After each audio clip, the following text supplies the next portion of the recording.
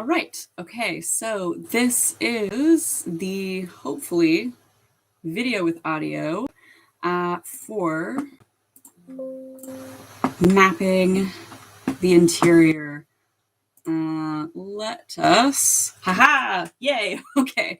I'm just going to share that link to Patreon, Lydia, and I will share it to YouTube as well. I'm glad we have audio back. About how far back?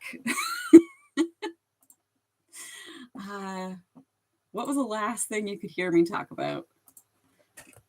New link. Boop. Pop that in the chat or in the post for mapping the interior. And hey, hello. Welcome. Okay, so we are chatting mapping the interior. Hopefully the audio issues are fixed. Where is the last one? Just give me a minute to reorient myself here. Okay, so we've lost Amanda. Hopefully she will find the link. The last thing we were talking about, I think I'm just going to go past because I'm not sure where the audio cut out. And the interesting part I want to talk about, I think, is the question, is it good? So Stephen Graham Jones, other than being like a fiction writer, does appear to be a scholar and to think scholarly thoughts. He was working at somebody's university that I went to grad school with. And so he talks about how Indigenous literature can get pigeonholed into being trauma literature, and that by this definition, good Indigenous literature is where Indigenous characters are victims, and he wants to resist this imposition that colonial institutions have put on Indigenous literature, like publishing, like criticism, like academia, and he wants folks to think about, like, is it good? Does it move you emotionally? Does it suck you in? Is it fun? Does it plague your thoughts for like days after you finish the book? And so I'm wondering, is it good? Genuine question. Do you think this book is good? And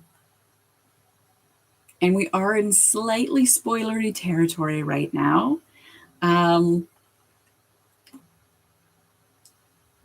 So maybe we will move into the spoilery stuff and think about that question, is it good, as we chat through the rest of this novel.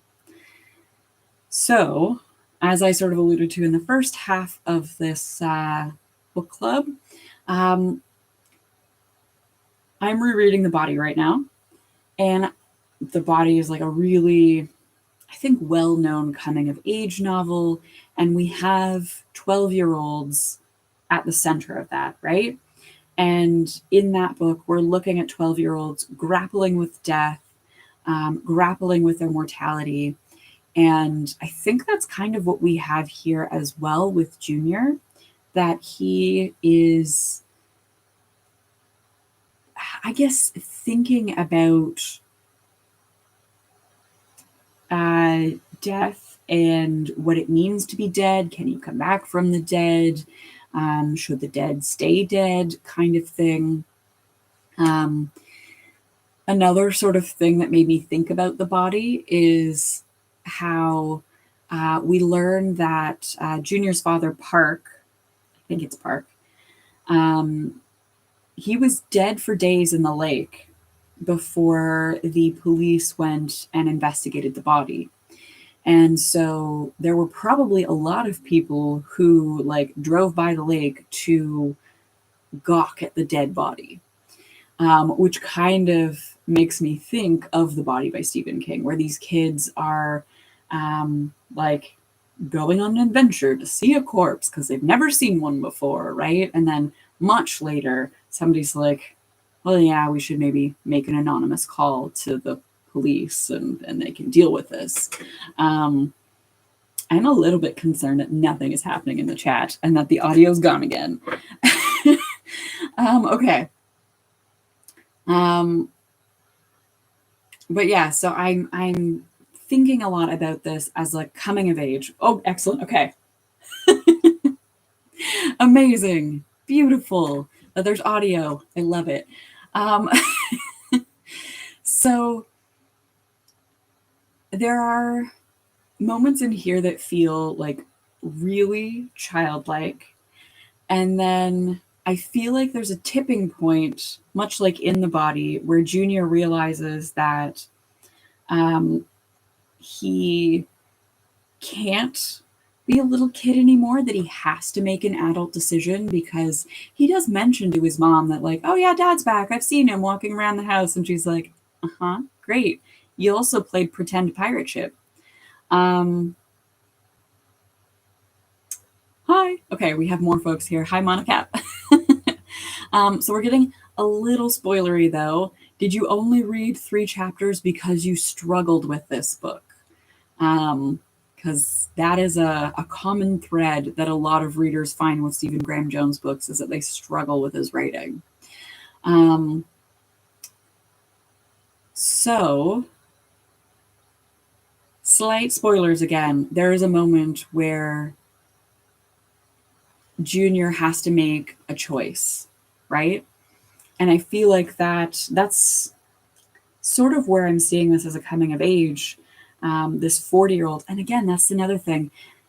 Like the body, we have an older version of the character narrating to us this time when they were 12, when something life-changing happened when they were 12.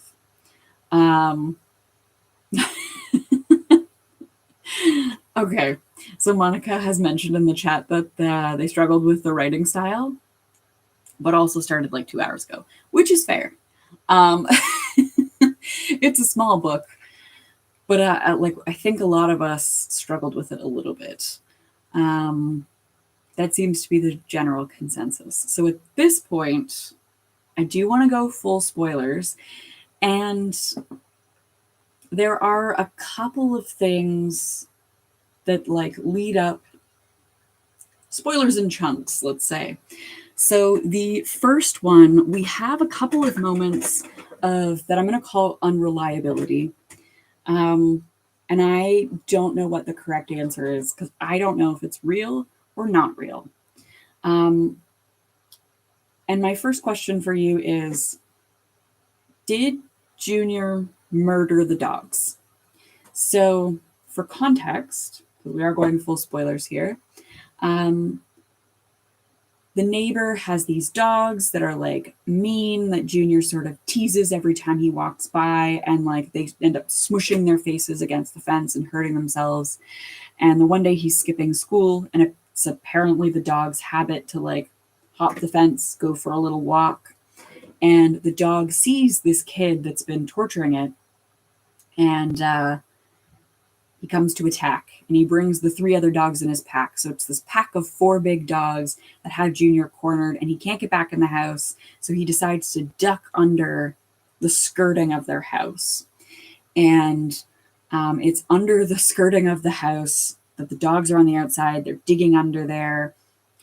Junior's found that like weird cocoon thing, and he's bumped his head a couple of times on things hanging on the bottom of the porch. He tells us that he can hear footsteps overhead, and then he blacks out. The dogs have been brutally murdered, brutally ripped to shreds, to the point that the mom, I think, throws out the light bulb rather than like cleaning it. It's so... like their porch light bulb, she just unscrews it and throws it away because it's so coated in blood. Like it's an absolute massacre.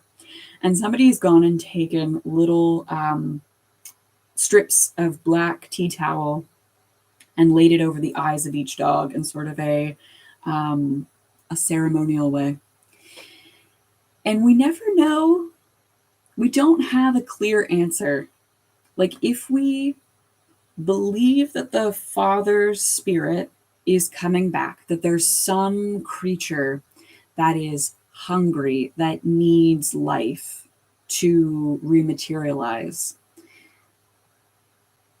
It's very well, it could be the father that has done this incredibly graphic thing, incredibly violent thing. On the other hand, Junior is the only person there with like corporeal being. The neighbor seems to believe that he's killed the dogs. And I think the mom and police can't wrap their minds around something being supernatural. And so they're like, well, I guess he did it in like this like pure animalistic terror of being under attack, even though this doesn't logically make sense. Like it's the only thing that could have taken place here. And so I'm curious, do you think he murdered the dogs? Or do you think that there is a spirit? I truly don't know. I don't know if it matters either, but I keep thinking about this. Like, who did kill the dogs?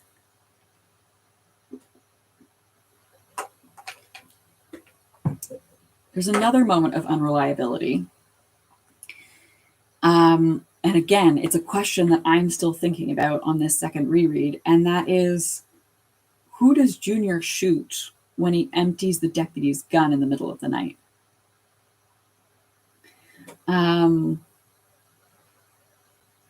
So Amanda's answered my first question, that it didn't feel right to her that Junior murdered the dogs, but I don't know if that means I believe in the existence of the spirit. Lydia says, after reading the whole thing and looking back, I feel like it had to have been him. See, I don't know.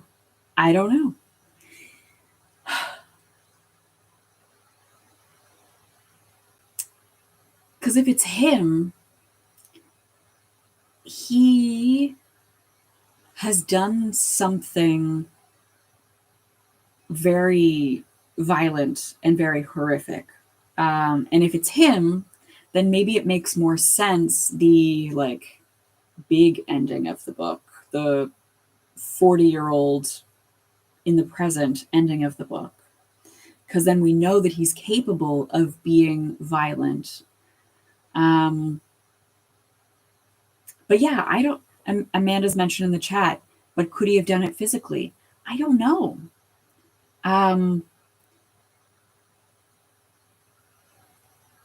If you believe that he's 12, could a 12-year-old pick up a tetherball pole and smash 4 big dogs to death?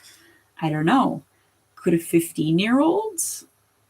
Back of the book tells us he's 15. Again, another piece of sort of murkiness that we have. If he were an older kid, maybe he could have done it.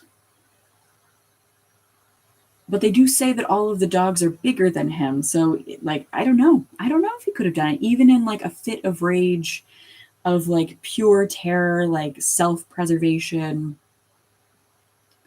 Maybe.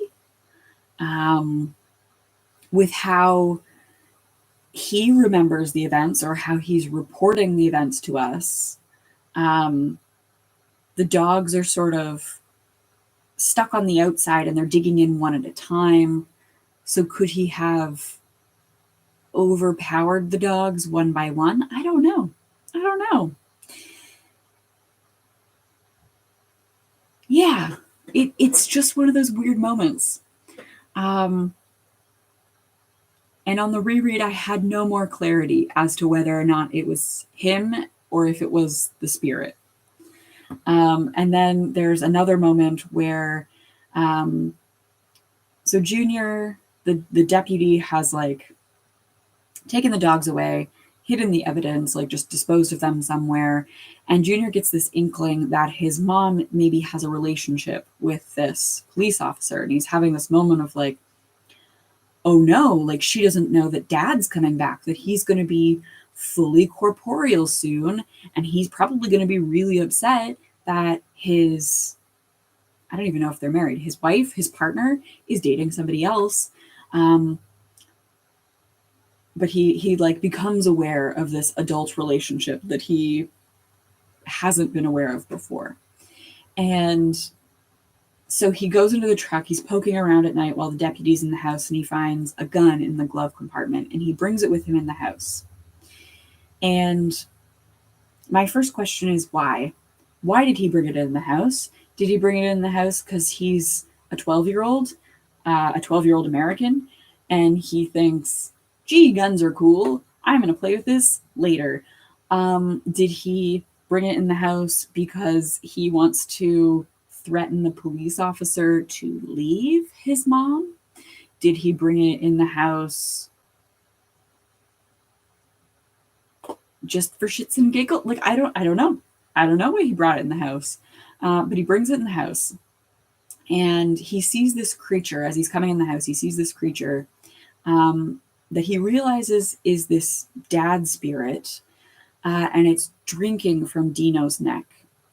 And he starts to, there's this like weird moment where he starts to shoot the creature, right? Like he sees the creature on the bed, he realizes what it is, and then he realizes the creature is now behind him in the doorway, and he spins and he empties the gun into the creature, and then he realizes that it's not the spirit dad, it's actually the neighbor who was sneaking up to the house in the middle of the night with a loaded shotgun to get revenge and murder the child that murdered his dogs.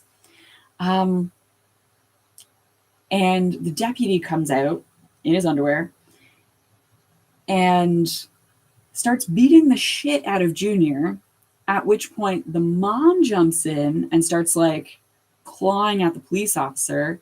The police officer leaves, and Junior's like, oh shit, now I'm in trouble. Like, he's not covering this one up like he did with the dogs. Like, this isn't going to go away. Like, I'm going to end up on the news. And then nothing happens. Like, the police doesn't come back. The police officer doesn't come back. The body just disappears. There is the implication that maybe somebody dragged the body under the porch. If we believe it's the dad spirit feeding on the things, maybe the dad pulled it under there.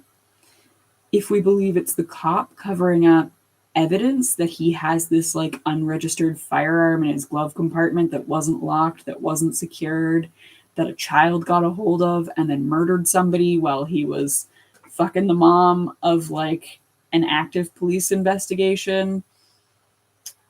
Like, maybe the cop did it? I don't know. And Lydia, it got super weird. Lydia in the chat is like, yeah, it got super weird. It got super weird. And I have no idea. Is this real or not real? Did Junior murder his neighbor or not? Was that imagined? Like, how many levels of like supernatural imagining do we have happening here, right? Yeah, Monica's mentioned, could it have been a hallucination?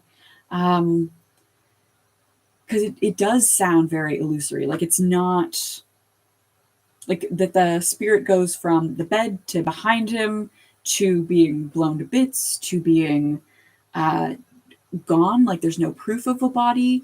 And then, I mean, the police officer would probably be mad that a kid in the middle of the night grabbed his gun and just started shooting it to make noise.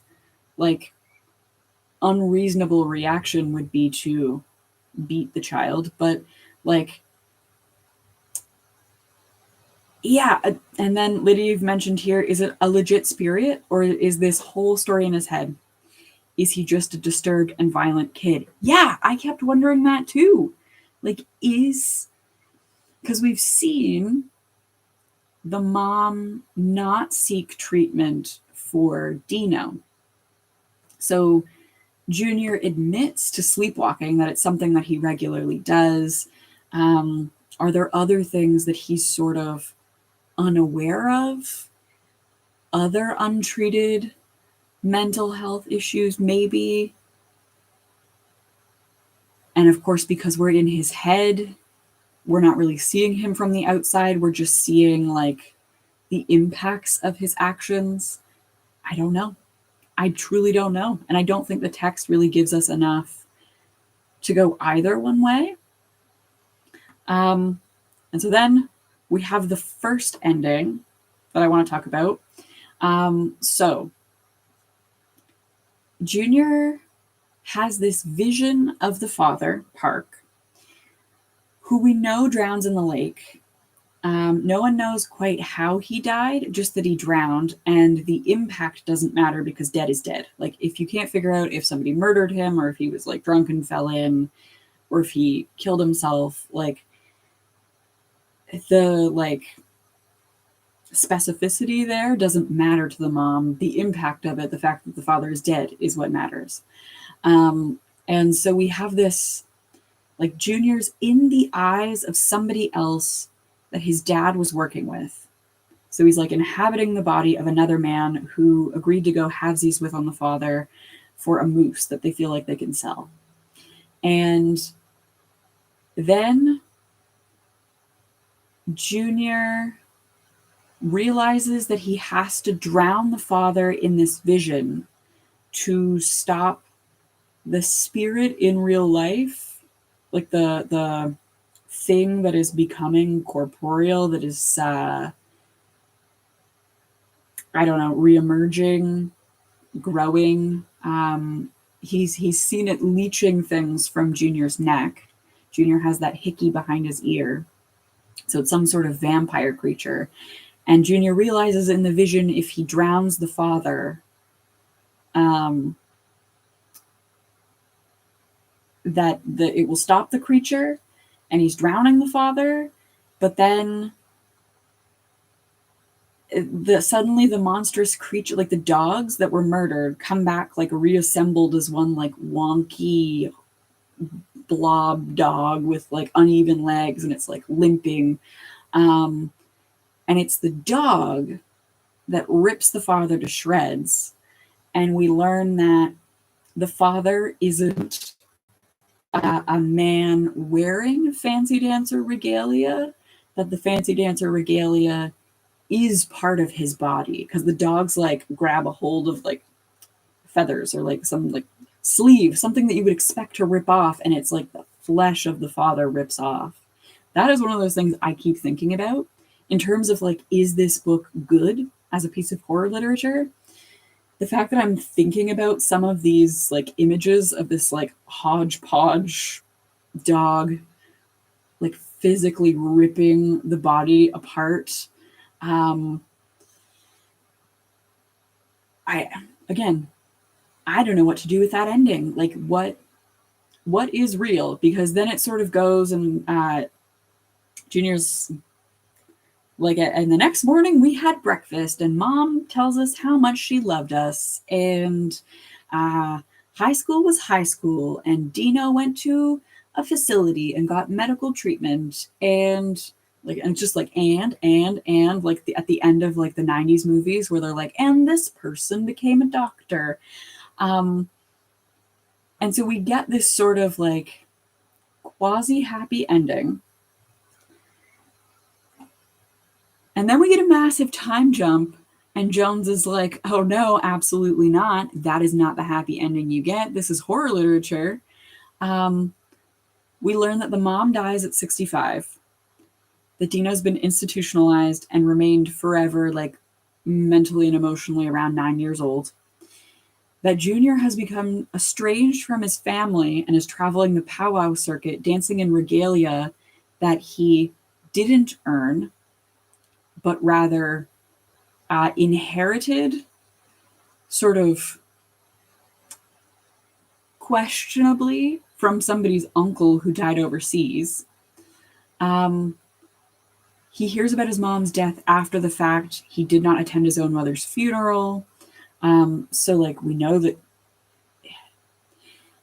he seems to want to change. Again, if we go back to mapping, I don't know what got cut off when I lost audio, but I was talking about mapping, and like the line of line of trauma that gets passed on, like the way of living that is passed on. So it seems like he wanted to change. He didn't want to be like his parents, or at least his father, despite the fact that he's like a little carbon copy of him. He didn't want to be like his father, but he ends up almost exactly like his father. We learn that he has a son that he conceived like in a one-night stand on a powwow, following the powwow dance circuit, and that he's not really in that son's life at all because he's on this dance circuit. And then he hears about his son's drunk driving accident. And this is the part of the story that like I still think about and has me questioning so many things about like the motivation behind emptying the gun. Who killed the dogs, and was he capable of killing the dogs? Because Junior decides when he hears about his son's accident that his brother Dino is worth sacrificing this time. So initially, as a child, he saves Dino from his father, doesn't let the father drain Dino and come back to life. He sees that the father is like greedy and monstrous and hungry and consuming, and he's like, that's okay, because that's how he was in real life. So it makes sense that he came back that way in death. But he wants to try and do the same thing to bring his son back, and he's willing to sacrifice his disabled brother. So do we need somebody who's capable of murdering dogs, who's capable of stealing a gun, possibly to scare the police officer that your mom's dating, possibly to murder the neighbor, possibly just for shits and giggles because guns are fun and make loud noises, right? Like, did we need those things to understand that Junior is capable of this? And so he comes prepared. He goes back and he recreates everything. He takes he takes Dino, he signs him out of the institution, and he drives them to the place where this modular home used to be. It's burned down since then. It doesn't have an address, so he's like, no one will find us here. It's great. He's got a truck full of roadkill to sacrifice. He's got 4 live cats to sacrifice. And he's got Dino. And he's got the little action figures. Like, he's going to recreate all of these events to try and bring his son back. And he's convinced that it will be different, that when his son Colin comes back, he won't be monstrous like this spirit that emerged from this land before. And he's like, I'm just going to do it. I'm going to keep dancing all night. I'm going to perform this ceremony, and it's going to happen. It's going to work. And like, what a horrific ending. That like, and it's in the last few pages too. Like, it's such an abrupt shift from like, and then we all said we love each other, and like, you two, like the mom, like on my book, it's page 101. The mom's like, you two are the most amazing things I've ever seen. I do it all over again. Everybody told me to stay away from him, but it was worth it, wasn't it? It was all worth it. And she's like hugging them and like, you know, making everything whole again. Like, it's a beautiful, happy ending. And then he's just like, no, you can't have that ending. You're going to get something real fucked up. Oh, let's see what the chat's saying. So Monica is asking, is this a staple of the horror genre, the unclarity of what is actually occurring? Because like, I've not read a ton of horror besides what we've read this year. But like, I read I Am Legend several years ago, and I don't remember not understanding what was happening, but every book for this club has kind of had that. Yeah, I feel like a lot of the times in horror literature, there isn't a clear answer, and that I mean, we happen to have picked a lot of those books. The graveyard apartment, I think, did have a more clear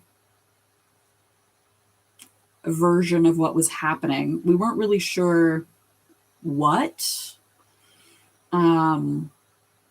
Like there were some questions around the cause, but we knew that there was some big bad and that it wasn't going to work out well for people in the apartment. Trying not to spoil it if anyone ever does find this and want to read that. We don't get like a black and white answer, but there is a pretty clear, like, this is what is going to happen. But yeah, you're right. Hill House, White is for Witching, Mapping the Interior. There's a lot of vagueness. And I have to wonder if it is deliberate in terms of like the unknown being scarier than the known. Like I feel like Hill House, White is for Witching, and Mapping the Interior are all more unsettling than the Graveyard Apartment, which does have a very clear-cut answer for us. And like the next book in this series is not a horror novel, but it has something horrific. It's sort of like the challenge to see if we can make connections. And the last book, Sylvia Morano Garcia, Mexican Gothic, I think does have a pretty clear, like, this is what is happening. So yeah, like 50% of our books here are like, it's up to you.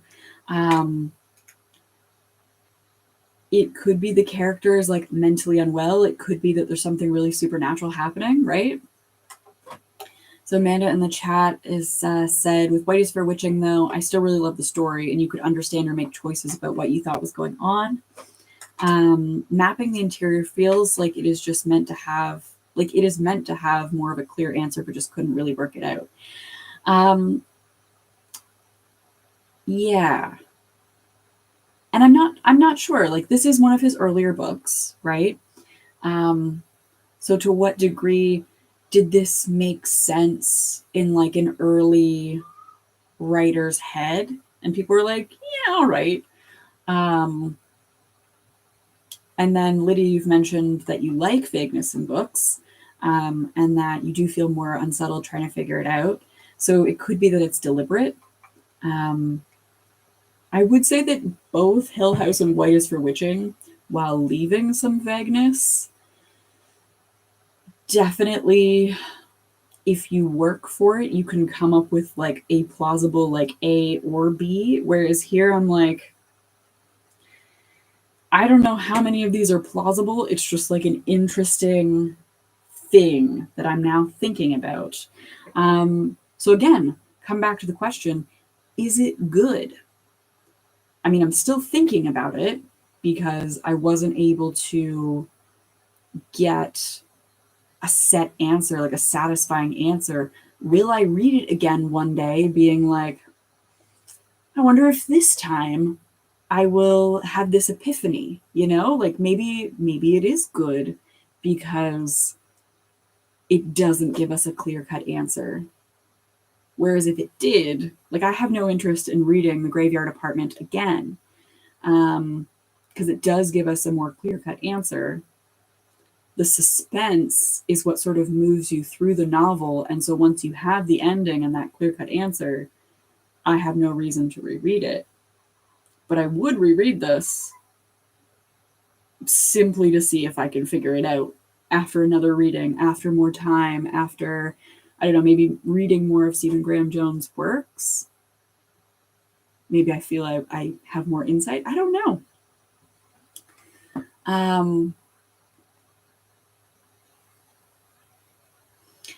So Monica has mentioned, I have read about a quarter of the Only Good Indians last year, and I will say based on having only read the beginning of 2 of his books, they both felt like they were going about a mile over my head. That's something that I mentioned at the beginning of this chat. I'm not sure if you were here, Monica.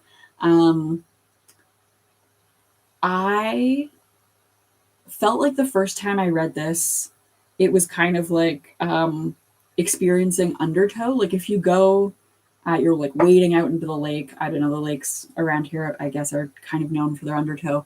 So if you're like wading out into the lake, it feels really easy to walk out in the waves, and then you turn around to go back, and all of a sudden it's like it's so much work to get back into shore, especially if you're trying to go in a straight line.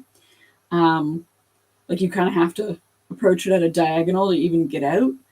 And it felt like that. The first time reading this, it felt like I had to do so much work and that I wasn't getting anything. And like going back, knowing the ending, again, it felt a little bit easier. But that is something that a lot of people say. Like I also listened to a couple of podcasts where people were reviewing some of Stephen Graham Jones' books. Like I just wanted to get a sense of like, what do people like about his writing? Because by the time I got to the end of this book, I was like, I don't get the hype. Like the first time, I was like, oh no. And so a lot of folks who do read a lot of horror, who have read a lot of his works, are just like, yeah, his writing style takes some getting used to. But folks seem to really enjoy his concepts.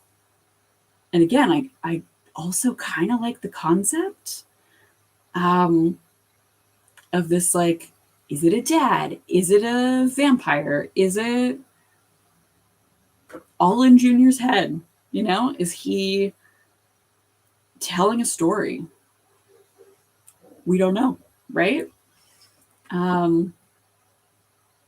So the last little bit here is for folks who have read the other books. I mean, everybody's welcome to stay.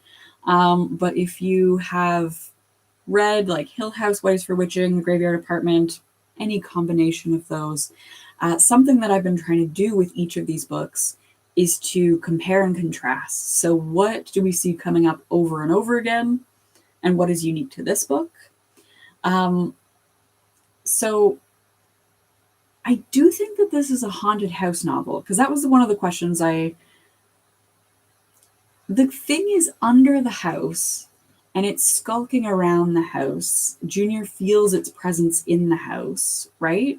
Like he has that moment where he's digging out the tetherball pole and he feels like he's being watched, and he turns around and he sees the curtains swing shut, and he goes inside and he realizes it would never have been Dino. It never would have been Dino, because Dino would have just opened the door rather than peering through the curtains. So he knows that someone was watching him, right? So if I feel like it's a haunted house, I wouldn't say that it is not a haunted house.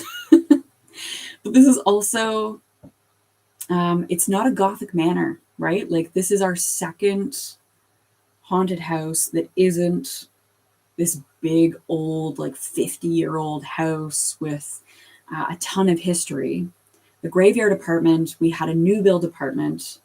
For mapping the interior, we have a modular home, which is kind of like a trailer without wheels is how they describe it.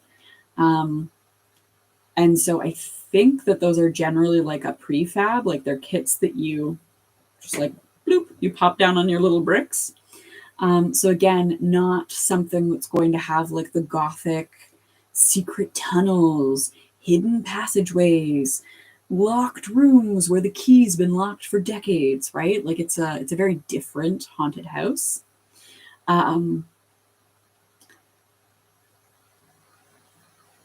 We have that spirit figure that wants something from the living. If we just like throw away some of my questions and we treat this truly as like something supernatural is happening, we have a creature that is not physically there, but the more life it consumes from the folks in the house, the more physical it gets. In some ways, it feels like more of a vampire novel than maybe a ghost story because of that aspect.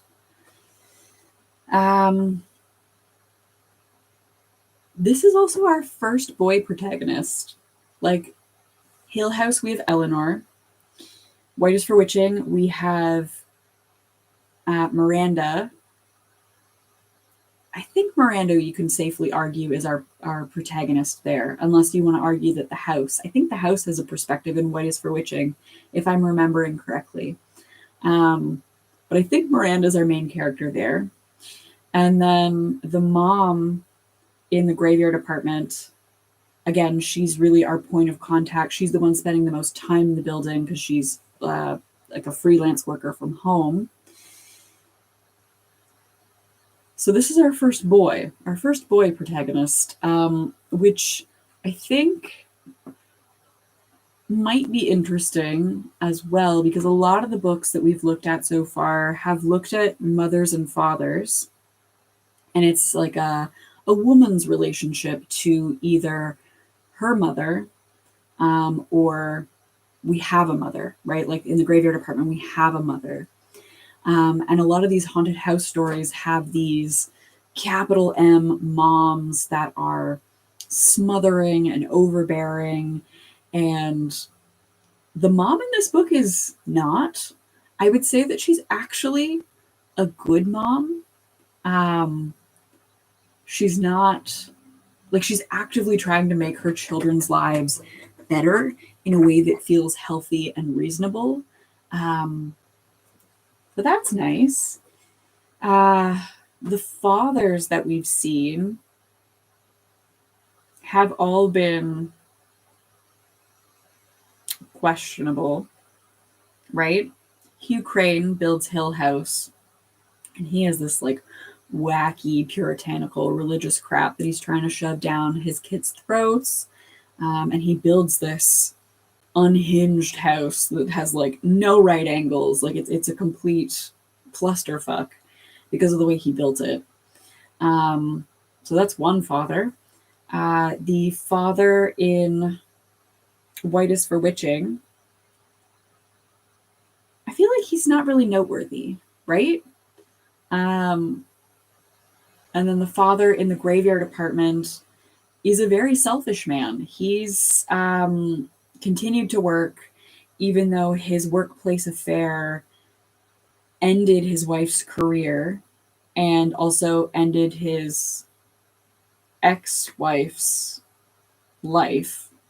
And he really doesn't believe the mom. Like, he's like fully like gaslighting the mom, being like, no, that's not reasonable. Your concerns aren't valid. This apartment is great. We're going to live here forever. And the father here is a parasite. If we want to, if we're going with the supernatural and it is the father's spirit, he's like very greedy and hungry, and he's using his family. Not a healthy relationship. So yeah, our parenting connections are still there, even with a boy protagonist. I will say that with the boy protagonist, we don't have the mentally unwell young woman. We do seem to have this like through line of mentally ill young women, and we can't trust them because they're mentally unwell, and the narrative tells us that they're mentally unwell. It's unclear. We have talked a lot about it. Like, we speculated if Junior might be mentally unstable and quite violent, but I don't know. I don't know if it's the same way that like Eleanor and Miranda are mentally unwell. Just want to jump to the chat here.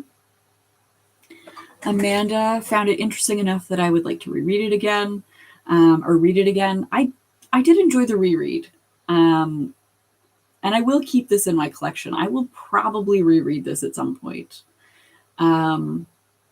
Monica, yeah, I kind of hope trying to read it after watching back the whole live. The live's going to be interesting because now it's in 2 parts with that little audio glitch. Maybe I'll have to download it and edit it together. Like having a scene summary in the Folger Shakespeare makes it easier to understand, like a roadmap. Ooh, okay. I feel like it did get easier to read on the reread, knowing where it was going. And there were moments where the first time I read through it, I was like, I have no idea what's happening. Like, let's just persevere. Let's try and follow this line, you know? And then those moments on the reread, I kept going back to and like rereading and being like, okay, like how did the creature get from the bed to back there? Like, how did we shoot him? There are still moments where I'm like, I don't quite understand. And that I think I just have to be like, it's supernatural magic. That's how. So hopefully talking through it helps. Like if you are watching this on the replay in isolation, whatever, hopefully talking through it helps with like your reading of this book. I want to also mention in the chat, maybe it's less of the house being haunted and more of the protagonist being haunted, and it occurring in the house. Because like they didn't, because like they, my gosh, I can read. They move off the reservation and it's like the dad's spirit. He followed them. Yes, true. That I feel like there might have been a line somewhere where Junior was like, this is only happening now because it took Dad so long to walk to get here.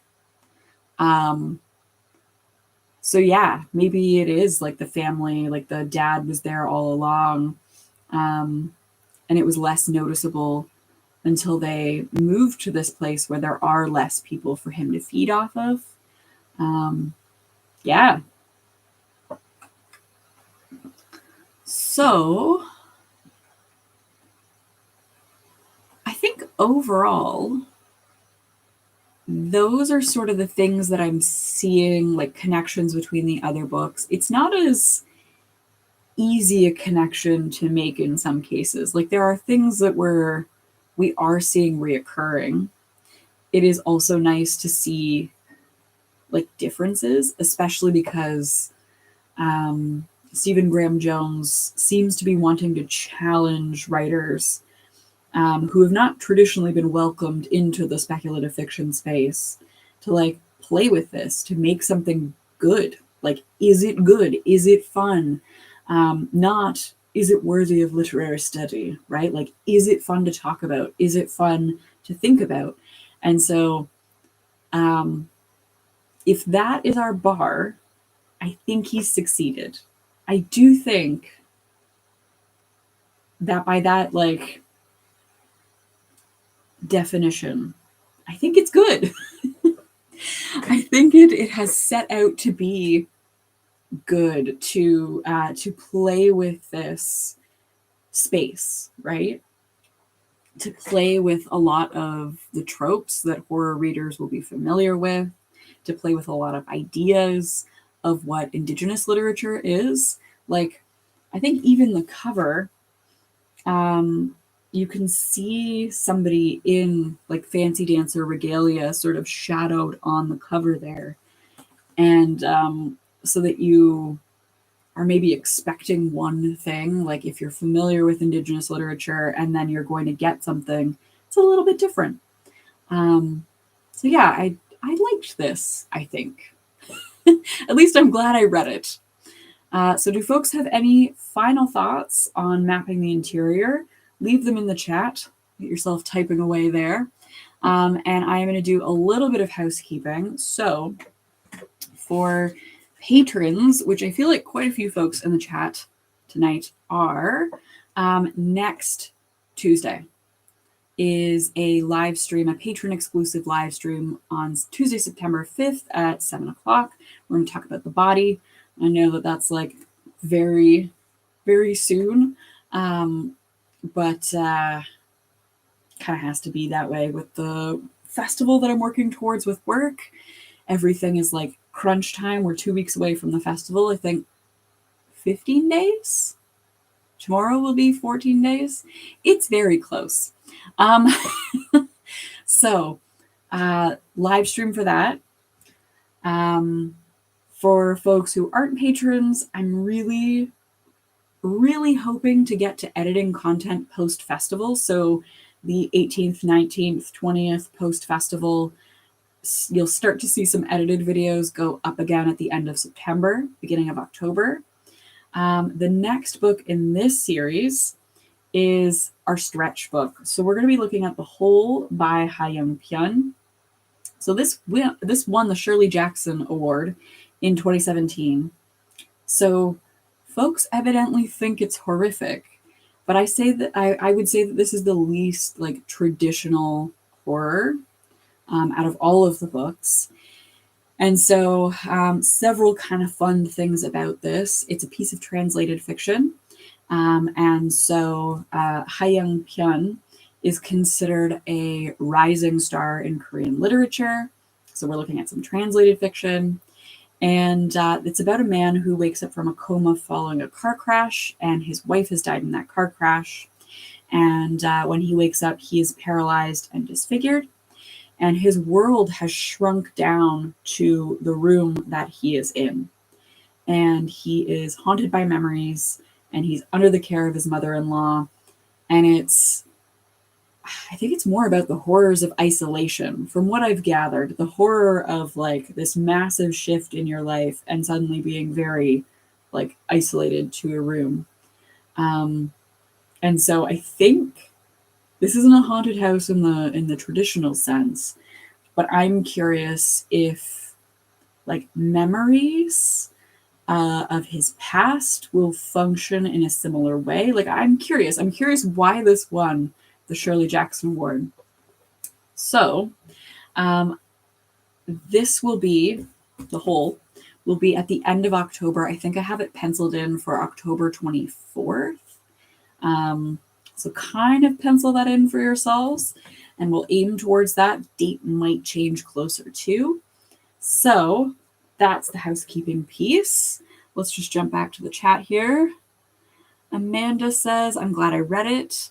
And have been really enjoying this book club for things I might not have picked up otherwise. Oh, thank you. I'm glad that folks are enjoying this. Lydia says, agreed.